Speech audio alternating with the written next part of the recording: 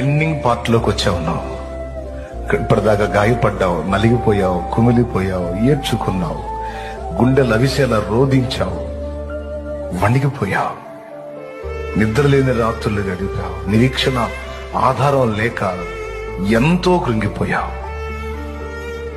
వరుస ఓటములతో, ఎదురు దెబ్బలతో, తృణీకారాలతో చిత్రవదన అనుభవించావు.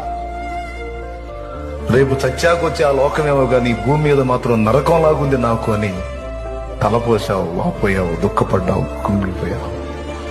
అయితే దేవుడు ఈ మధ్యాహ్నం వేళ పలికించినటువంటి మాట ఏంటంటే, నీవు అనుభవించినటువంటి శ్రమలన్నిటి ముగింపులోకి ఇప్పుడు నువ్వు వచ్చి ఉన్నావు అంటున్నాడు ఆయన.